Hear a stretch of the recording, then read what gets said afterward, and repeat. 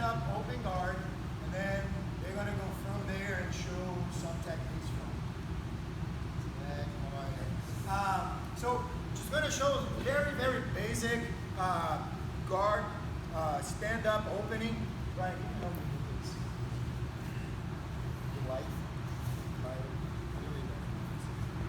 so a few things is like that I need to think about it is it worth it to open the guard standing up, or is better to push the bell and stay on my knees? All right, so that will be a decision that you'll have to make based on what you're feeling about your opponent. Sometimes I rather open pushing the bell, sometimes I rather open standing up. Okay, if I feel that my opponent's legs are super strong, like if I just push and I feel that I have very little chances of success, I'll just stand up because I have more power. All right, I have gravity on my side. Okay, so that's why my decision is based on that part. Okay, but sometimes like the guys give you a hard time moving you around, attacking armbar and stuff like that, and then you have to change your tactics. Okay, so how I go, I don't like to simply stand up and push the bell. I like to control one arm. It's for me it's important because I have always one leg to base. Even if my opponent grabs my other leg and try to push me back, I still have one leg to base myself. All right. There are a few things I do with my legs. They are very personal for me, but they actually do work the way I want it to work. So maybe some of you will change that to use more what I'm going to show. Okay. So when I'm here and I'm ready to open the guard, so basically I want his legs to be a little lower, not too high on my upper body, and then I always keep his chest, like his back on the floor. So I don't want my opponent to be sitting and attacking me, so I'll collect both lapels, and the way I grab thumb this way, and then I twist. Okay, that way I can push him down there.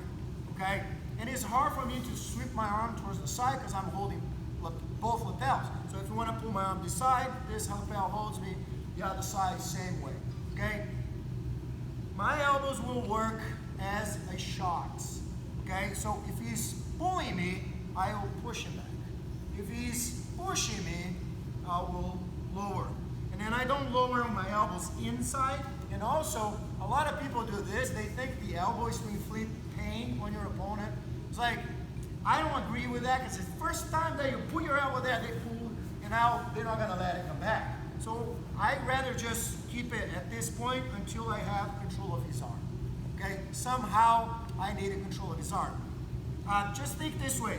If his arm is back here, but I only train that side, then you're going to have a problem.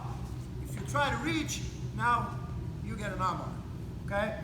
So, my opinion, train both sides equally. So if this arm is back, you're fine with this one. If he moves this arm back, you're fine with the other arm. This is one of the few techniques that I really think that training both sides equally is the best way to go. So even if you're really strong on this side, on the other side, at least you have to be comfortable on both sides, okay? So lapel to keep him stable, okay? And then I go on the arm. When I make my grip, I create a pocket right on his sleeve, and then I put my elbow in between my body and his thigh. I don't put on top and never put on the side because there's a lot of attacks coming and his leg is stronger than my arm, so he's going to move my elbow away from me, okay? And I don't want that, so I will just hide right here. Posture is essential so your opponent doesn't keep attacking you. One thing that you have to pay attention is his arm is the one that needs to be extended, not mine. If I am here and my arm is there, he's winning, okay? So my arm is here, his arm is extended. Leg that comes up, it's always the same as the arm I have. And one thing that I'm gonna say right now, but it's personal, but I never look away, okay? I see a lot of people doing this. Like I'm losing completely sight of my opponent, and I don't wanna do that. I wanna keep an eye on him, okay? And I don't wanna make awkward, even though Brian is gorgeous. I don't want to look right into his eyes and then make it awkward. So I look around this area right here, I can see his whole body. All right? So yeah, right here. And when I come up, see, my knees are not open. I push my knees in, and then I posture up. Okay? The reason I like to have my knees here is because my leg is that way, while this way, he can push me on that side, and I'm kind of weak here. So when I push in, I have a better control of his hips, and if he goes and hit my leg, just go with that. No, yeah, that one. Right there, my leg is still in place. If he hits, it goes a little, but not. If I'm here and he hits, I'm gonna go and fall. So here, I get a lot stronger, okay? The hand that goes first is the one from the lapel. Let go. If he's holding, you spin around. And I don't grab fabric at first. I just place my hand right on top of the kneecap, okay? And then I drop my weight on, okay? So I push his leg up to my knee, just right there, nothing more. You don't want to overdo, and then shift your weight towards that side. So here, you're just open someone's guard. There is still a lot of battles to come, but you want to present yourself solid. You don't want to be moving, because your opponent, he grows with that. He didn't understand that now you're going where he wants you to. Okay? So I go right here, and I stay stable. I can go back with my knee down, both hands under. I can just shoot. Okay? I can place my hand, go and jump. I can do whatever. He grabs my foot, I can go underneath his leg and go towards his lapel. All right? So I have that opening. It's just because I think it's the safest opening for me. All right? Any questions so far? Anybody has anything to ask about it? All right. So here, keep your arms again. If you put your arms here, and then he pushes your hand in, pull the other arm, you're on a triangle work. Okay? So it's not gonna play out well for you. So here, and that's where your arm should be.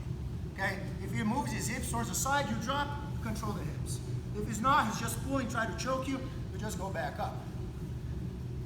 Until I can control the bell, and then figure it out what arm I'm gonna be making my control. Alright?